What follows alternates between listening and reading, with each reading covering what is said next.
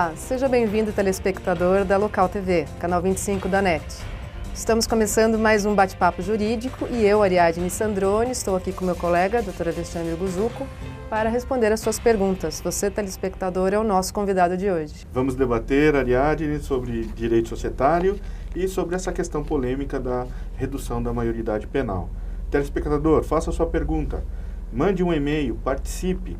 E para darmos início ao programa de hoje, iremos adotar dois assuntos diferentes: direito societário e redução da maioridade penal. Isso mesmo, Ariadne? Isso mesmo, Guzuco. Nós entrevistamos algumas pessoas nas ruas e elas fizeram algumas perguntas. Vamos ver a primeira? Eu tenho uma pergunta. Eu gostaria de saber, nos outros países, como que funciona a punição do menor, do infrator daí, então? Bem, Ariadne, telespectadores, essa é uma questão muito interessante. Por quê? Em nenhum lugar do mundo, um infrator penal fica impune à legislação e às penas. Todas aquelas pessoas que praticam crimes, independente da sua idade, elas são punidas. É assim na Europa, é assim na América do Norte, é assim nos países asiáticos, é assim nos países islâmicos, na América do Sul também. No Brasil, há uma falsa ideia de que o menor não é punível pela lei penal e tampouco punido. Isso não é verdade. Já há muito tempo, nós temos leis no Brasil para punir aquele menor que pratica crimes. É o Estatuto da Criança e do Adolescente, é esta lei que estabelece a possibilidade de se punir o menor. O problema é que no Brasil, esse estatuto nunca foi cumprido em sua integralidade. Falta estrutura no Poder Judiciário, falta estrutura na Polícia Judiciária e falta estrutura também nos cárceres brasileiros. Nós não temos cárceres adequados ou instituições de tratamento de menores infratores adequadas para fazer experimentações com a lei. E como nós nunca experimentamos a efetividade do Estatuto da Criança e do Adolescente, passamos a discutir agora a possibilidade da redução da maioridade penal para colocar os menores no mesmo cárcere que outros infratores maiores são punidos. Esta questão é bom que fique claro, porque nem nos países estrangeiros e nem no Brasil o menor infrator deixa de ser punido, independente da sua idade. Há países que punem crianças desde terem idade, 6, 7, 8 anos, certo? E dependendo da gravidade do crime, como Inglaterra, por exemplo, como alguns estados norte-americanos, e há outros que estabelecem mesmo graduações um pouco mais avançadas, a partir de 16 anos, e outros como o Brasil, que só a partir dos 18 anos há punibilidade plena, a capacidade penal plena. Mas é bem claro, no Brasil, o menor é passível de punição penal pelas infrações que ele pratica na forma do ECA. É uma pena que a gente não aplique essa lei de forma correta. Estamos longe disso. Muito longe. Temos mais uma pergunta de um telespectador da rua. Vamos ver qual é? Doutor, eu gostaria de saber qual a pena que pode ajudar com que os menores não pratiquem mais crimes. Um dos efeitos da lei penal é a tal da coercibilidade. Imaginemos que vivêssemos num mundo sem lei penal. As pessoas praticariam mais ou menos crimes. Mais ou menos crimes. Isto na ciência jurídica, na filosofia, na ciência social, na sociologia é muito debatido. Muitos acreditam que as pessoas não praticam crimes porque existe uma lei a puni-las. E, portanto, o temor da pena faz com que nós retraímos os nossos sentimentos, as nossas emoções e as nossas ações para não cometer aqueles crimes, aquelas barbaridades e etc. Portanto, esse medo, esse temor da lei penal impõe um freio nas pessoas. Eu particularmente não acredito, eu pessoalmente não acredito muito nisso, né? Eu acho que as pessoas são boas por excelência. Eu tenho ainda algumas restrições a aceitar aquelas teorias de que o homem é egoísta, o homem é mau por excelência, né? Eu acho que as pessoas são boas e a maioria das pessoas com quem eu convivo tem essa característica, são pessoas boas e não praticam crimes e não são pessoas abjetas, imorais, antiéticas e etc. A grande maioria são éticas, morais, de bom coração e etc. Mas de fato, eu acho que em países desenvolvidos, quanto mais aperfeiçoada a lei penal e a sua aplicação, menor a violência suportada pela sociedade. Para quem viaja o mundo, conhece outros países, conhece países asiáticos, países europeus, países da América do Norte, países da América Latina, percebe muito bem isso. Há países em que você caminha tranquilamente pelas ruas e você vê ali uma legislação penal próxima da perfeição e um sistema prisional também próximo da perfeição, se é que podemos assim dizer. No Brasil, especialmente, nós temos uma lei penal muito questionada.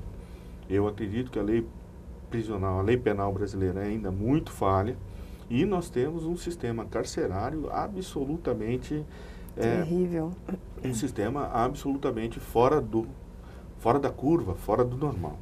Nós não temos sistemas carcerários, nós temos masmorras, depósitos de seres humanos que praticam crimes. Não acredito muito nessa história de um sistema carcerário corrigir as pessoas. Eu acho que o sistema penal foi feito para punir. Mas, quando ele pune mal, como hoje os nossos modelos presidiários, quando o nosso presídio não respeita o indivíduo ali dentro, ele faz com que esse preso, faz com que esse criminoso que cumpre pena se rebele, se revolte e se torne mais violento ainda do que normalmente era fora do cárcere. Então eu acredito que nós precisamos ter um sistema penal adequado, com penas rigorosas e principalmente um sistema carcerário que possa fazer com que este preso cumpra a pena pelo crime praticado de forma adequada. Essa conjugação, sistema penal e sistema carcerário adequado, retira aquela sensação de impunidade que faz com que as pessoas pratiquem crimes sem medo de serem punidas pela lei, volta aquela coercibilidade, ou seja, eu vou deixar de praticar crimes porque eu tenho uma lei penal e um sistema carcerário que funciona. E também esta questão do sistema penal adequado permite uma recuperação melhor daquele preso, daquele criminoso, para que no futuro, em liberdade, ele deixe de delinquir ou deixe de praticar, de reiterar a prática e a conduta delituosa. Eu acho que no Brasil falta muito essas duas coisas. Eu não acredito que só a mudança da redução da maioridade penal, uma lei dizendo que o menor passa então a ser sujeito de punição pela lei penal, vá impedir a prática de crimes por jovens, por adolescentes, por crianças e adolescentes no Brasil, em grande maioria cooptados pelo tráfico de drogas. Por quê? Porque não basta ter uma lei que puna, é preciso ter um sistema carcerário efetivamente em que essa pena aplicada seja adequadamente cumprida. Então, como nós não temos um sistema carcerário adequado, qualquer lei que venha pela frente, ainda assim, gerará essa sensação de impunidade, retirando um pouco esta possibilidade de medo, de coercibilidade, esse efeito da lei penal de impor medo nas pessoas para que deixem de praticar crimes, funcione bem. Você acredita na privatização dos presídios, como é nos Estados Unidos, por exemplo? Você acha que isso é uma... Podemos dizer que eu sou um ser humano em evolução, né? Como dizia o poeta... porque você está bastante otimista hoje, só conhece pessoas boas, pessoas éticas, morais, então... Eu acho que nós somos sempre um ser em transformação, né? Eu acreditava muito que o Estado todo-poderoso pudesse se assenhorar e cuidar de todas as coisas na sociedade. Eu não acreditava muito nessa história de privatização. Com o passar do tempo, vou refletindo sobre essas coisas e eu acho que hoje pouco importa quem vai prestar o serviço público, quem vai administrar o sistema penitenciário, se é o Estado ou se é uma empresa. Importante é que nós tenhamos leis a regular como este sistema deve ser administrado à sociedade. E eu acredito muito que a privatização, em especial no Brasil, pelo seu tamanho, extensão territorial, pela forma federativa, pelos problemas burocráticos, políticos, de corrupção que nós temos hoje, a terceirização, a privatização, a concessão de serviços públicos à iniciativa privada seja uma solução adequada. Eu não tenho restrição e eu acho que eu sou até favorável à ideia de privatização de presídios. Então, agora vamos dar um tempinho para o intervalo, voltamos já já, não saia daí.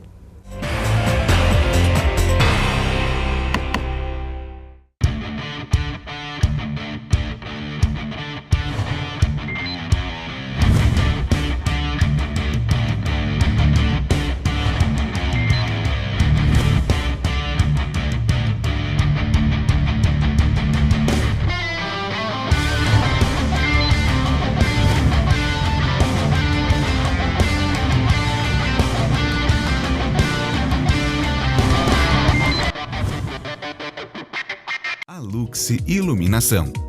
Uma loja completa, do clássico ao moderno. Tudo para a iluminação da sua casa ou empresa. Equipe de profissionais para desenvolver o melhor projeto e atendimento técnico para os arquitetos. A Luxe Iluminação, a sua melhor opção em iluminação. Avenida Caribe 400 no Campolim.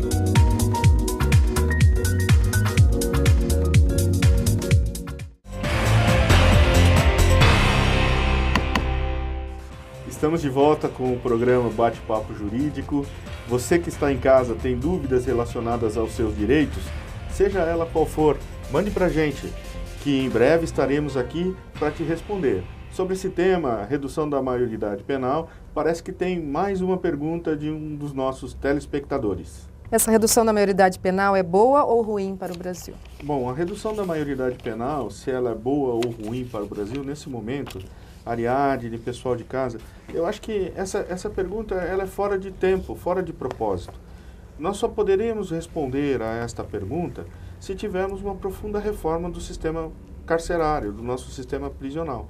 Como nós não temos prisões hoje nem para os maiores, muito menos verdade. para os menores, qualquer alteração... Se é que se pode chamar aquilo de prisão, né? Se é que Pelo amor pode. de Qualquer Deus. alteração na regra de punir, na lei penal, eu acredito que não será experimentada por falta de espaço para encarcerar, seja os mais velhos ou os mais novos. Então, eu acredito que a grande reforma que o Brasil precisa, a primeira delas neste campo, é a reforma do sistema carcerário. Para que as pessoas possam, então, a partir do momento em que praticam crimes e são condenados pelo Estado, pelo Estado juiz, experimentarem a pena dentro de um presídio. Se não temos presídios, a lei penal de per si cai no vazio e fica absolutamente sem nenhum sentido.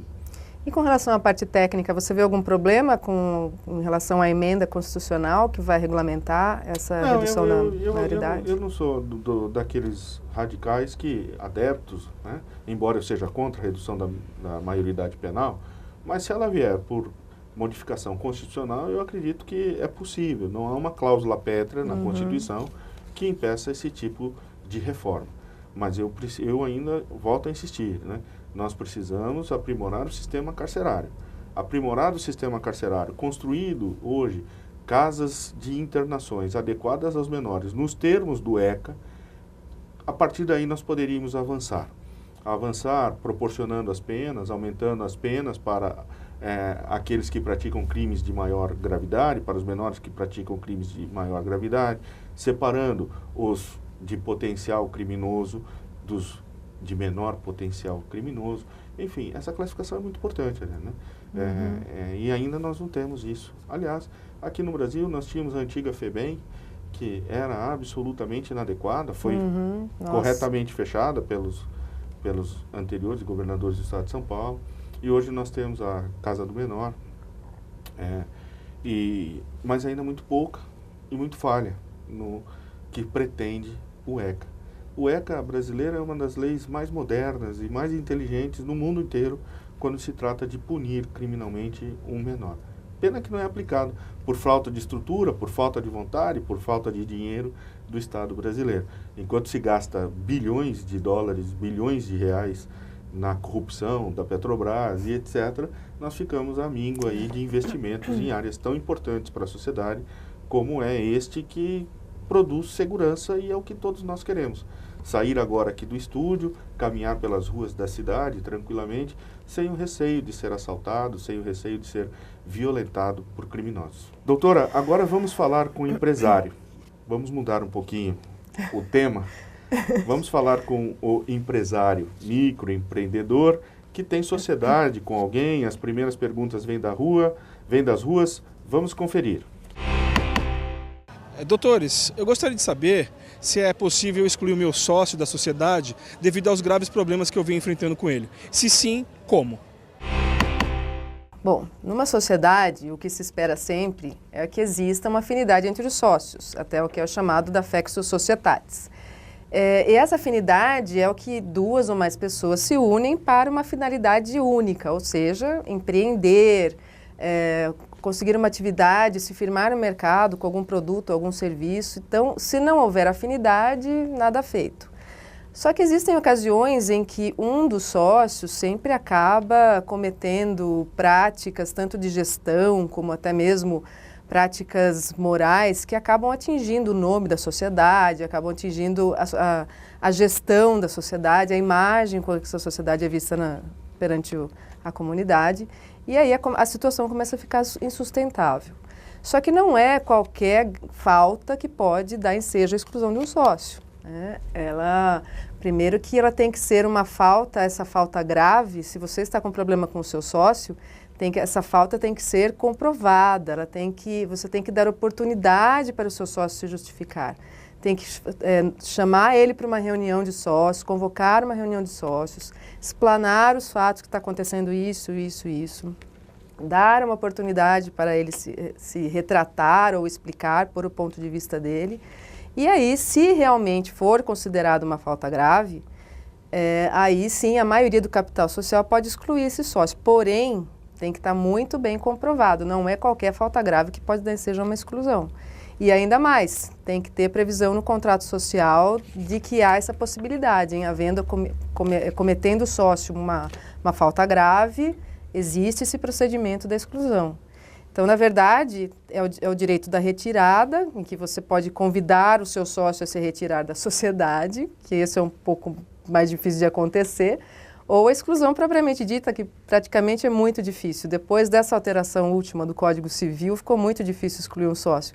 Anteriormente, o Código Civil anterior era apenas fazer uma alteração do contrato social e você excluía o sócio, né? O sócio chegava na empresa no dia seguinte, você não faz mais parte da sociedade. Agora já não é mais assim. Então, o direito da retirada é ainda a melhor coisa. Você negociar com o seu sócio, fazer uma apuração de haveres, levantar um balanço de conferências, se existem ou não esses haveres, pode ser que não exista também, e negociar a saída do seu sócio, porque a exclusão realmente tem que estar muito bem comprovada, senão você vai arranjar confusão. Eu tenho 2 amigos, Ariadne. Um primeiro diz o seguinte: você ter sócios é que nem ter uma esposa. Porque a relação entre sócios é talvez até mais grave não, né? Mais detalhistas do que uma relação com a esposa. E tem um outro que é mais clássico, ainda mais claro. Ele diz assim: ter sócio é ter patrão, Guzuco. É verdade. Então, é isso mesmo. Se os sócios não têm afinidades, não tem sociedade que prospere. E sabe que essa é uma pergunta que me fazem muito, né? É uma questão muito recorrente, né? Meu sócio está, vulgarmente falando, está me roubando, meu sócio está fazendo concorrência desleal, meu sócio se uniu com o meu concorrente, A gente ouve isso direto, mas o problema é a prova, né? Como que você vai conseguir provar isso, né? É difícil. A palavra de um contra o outro, fica muito difícil essa questão da prova. E até mesmo judicialmente, se tiver a propositura de alguma ação de um sócio contra o outro, as ações societárias são as mais demoradas que tem. É verdade. Bem, vamos para mais um intervalo e já voltamos com mais perguntas de vocês, telespectadores.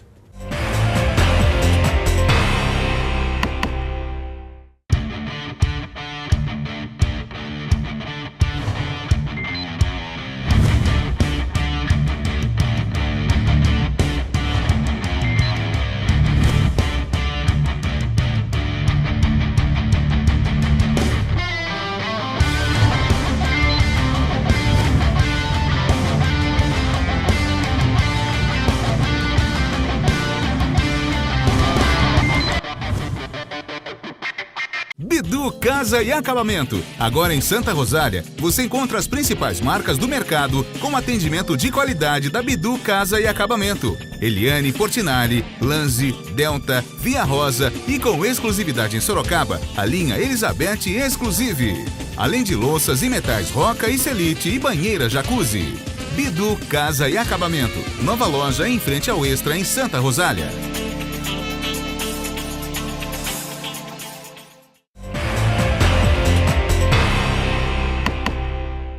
Estamos de volta com o programa Bate-Papo Jurídico e temos mais perguntas dos nossos telespectadores, Ariadne. Eu tenho uma empresa e ela tem bastante execuções em andamento, tributários, e eu gostaria de saber se eu tenho que ter que pagar essa dívida caso eu tenha fechado a empresa, se eu tenho que pagar ainda isso mesmo que eu não tenha possibilidades no momento. Bom, a empresa, como uma personalidade jurídica própria, ela responde por todos os débitos que ela tem. Então, a princípio, sempre é a empresa que vai responder, numa execução, seja qualquer tipo de débito, execução fiscal, qualquer tipo de dívida que a empresa tenha, sempre é a empresa que vai saldar esses débitos. Porém, existem algumas situações em que a personalidade jurídica da empresa ela é desconsiderada, é a teoria da desconsideração da personalidade jurídica, que isso também é muito polêmico e muita gente se preocupa com isso, tem esse problema do medo do sócio vir a responder. A princípio, numa sociedade, uma sociedade empresária limitada, os bens da sociedade respondem pelos débitos, a não ser que seja uma sociedade simples em que há uma confusão patrimonial entre os bens do sócio e o da empresa. Aí fica difícil fazer essa separação. Mas numa sociedade empresária limitada, quem responde é sempre a empresa. No caso da empresa não ter bens para saldar esses débitos, aí sim pode haver uma desconsideração da personalidade jurídica se ficar comprovado que o sócio agiu contra o contrato social ou praticou alguma fraude, que ele deu um aval quando ele não poderia ter dado, ele fez alguma coisa que ele não poderia por força do contrato social ou por força de lei mesmo. Nessas ocasiões, aí sim, se ficar comprovado, o sócio responde numa sociedade limitada. Agora, na sociedade simples não tem jeito, o sócio responde sempre. Se a empresa não tem como saldar os débitos, o sócio vai responder. Essa é uma questão bastante interessante, porque na prática mesmo que nós presenciamos, né, são várias situações. A primeira, tem uma sociedade, um sócio tem 99% das cotas, o outro 1% das cotas. Esse que tem 1% normalmente entrou na sociedade porque ele tem um conhecimento técnico importante para produzir um produto ou para prestar um serviço. E ele não assina cheque, ele não dá ordens aos funcionários, ele trabalha na sociedade apenas com o seu intelecto. É ele que comanda, muitas vezes, a produção ou a inovação tecnológica, é ele que comanda, na verdade, aquela coisa que a empresa se propõe a fazer, né? Construir algum produto ou então desenhá-lo e etc. Esse sócio que não assina que não cheque, fez a gestão, né? Não participou da gestão da empresa. Que não dá ordem para os empregados, tal. Eu acredito que esse não responde pelas dívidas de uma empresa. Na parte tributária, sim, né? Ainda a gente tem como fazer uma defesa nesse sentido, que ele não praticava atos de gestão. Porém, na Justiça do Trabalho, por exemplo, praticamente isso não existe, né? Bastou ser sócio, a empresa não saldou o débito, já manda citar, intimar já os sócios para pagamento e a regra é ignorada. E o que me parece uma pena, porque mesmo na parte trabalhista, esse sócio que ele, na verdade, não tem função de gestão na empresa, ele não decidiu em pagar o salário ou não pagar o salário, ou pagar a hora extra ou não pagar a hora extra, acaba penalizado, acaba respondendo por dívidas solidárias com a pessoa jurídica. Eu acho que me parece até um excesso na legislação trabalhista, muito embora é bem verdade que se protege... na legislação trabalhista, né? Eu acho que meio que os próprios, acaba virando, os próprios juízes já determinam de pronto já que se faça, que se intime o sócio para pagar, sem uma maior investigação de atos de gestão, quem foi, quem... Até para proteger o próprio trabalhador, que é a parte mais fraca. Temos mais perguntas que vêm de vocês, nossos telespectadores. Doutor, se o contrato for omisso, a sociedade poderá ser administrada por uma pessoa não sócia? Bom, o administrador da sociedade ele pode ser tanto sócio como não sócio, administrador sócio, administrador não sócio. O administrador ele pode já vir designado no contrato social, em que fulano de tal é o administrador, ou pode ser escolhido pelos sócios numa reunião de sócios normal, pode ser otorgada a administração de uma sociedade através de uma escritura pública, enfim. Se não houver disposição no contrato dizendo que o administrador tem que sempre ser um sócio, pode ser livre a escolha de acordo com a deliberação dos sócios. Essa parte, Ariadne, você acha que essa administração por terceiros, por pessoas profissionais, Hoje tem até empresas que são especialistas nisso também, de administração de sociedades. Pessoas jurídicas. Retira um pouco aquela ideia de sociedade familiar?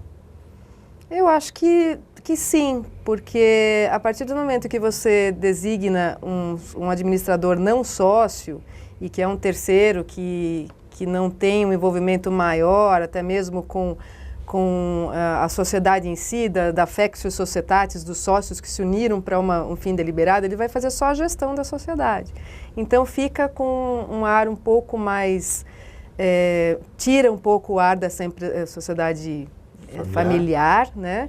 E dá até um ar mais até profissional e até um pouco mais sério depende dos sócios também, né? Porque de repente o sócio pode estar realmente comprometido com a empresa, mas existem situações que não, né? Que é muito melhor um terceiro tomar conta, fazer a gestão da empresa, do que o próprio sócio. Porque muitas vezes nós observamos, né? Um sócio quer colocar o filho, aí o outro coloca também, aí vem genro, noras, daí primos, começam os desentendimentos. Né? E quando há sócio profissional, muitas vezes isso é bloqueado. Sim, com certeza, fica mais organizado.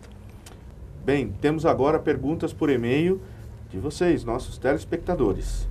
Reginaldo Pérez quer saber: posso ser empresário, sócio e contador? Sim, não tem problema nenhum. Uma sociedade é a união de esforços e cada sócio tem uma aptidão. Se você tem capacidade técnica de contabilista, ótimo. Se o seu sócio não se opor a você exercer essa função dentro da sociedade, não há problema nenhum. E a lei também não proíbe. Não existe nenhum proibitivo no legal. Reginaldo Garcia, que nos assiste, traz uma pergunta bastante interessante e que é corriqueira. Aparentemente não, mas bastante corriqueira. No caso de um sócio sumir, ou no caso de um ou mais sócios sumir, como devemos proceder? Como alterar o contrato social e outros atos na junta comercial no caso de sumiços dos sócios? Olha, esse telespectador está em maus lençóis, porque se o sócio sumir não tem jeito, né? Porque não dá para fazer uma alteração, a não ser que seja uma sociedade com vários sócios, em que a maioria do capital social dos sócios deliberem sobre aquele estado de local incerto e não sabido do sócio sumido. Mas se for uma sociedade, por exemplo, de 2 sócios, fica difícil, né? Tem que ser só judicialmente, tem que pedir o suprimento, tem que entrar na justiça, comprovar que o sócio está em local incerto e não sabido, pedir o suprimento da assinatura e a participação desse sócio, para que o juiz ele oficie a junta comercial e determine a exclusão desse sócio. E daí, se forem só 2 sócios, esse sócio remanescente, ele pode ficar numa sociedade unipessoal até 180 dias e depois ele delibera ou chama mais um sócio ou então, dependendo do capital social, ele pode até constituir uma EIRELI, né? Que é a sociedade empresária limitada em que é um sócio só. Individual. Exatamente. Bem, passa o tempo, né? Aliás, nossa, voa. E tempo em televisão é algo impressionante e passa rápido mesmo. Temos que encerrar, telespectador.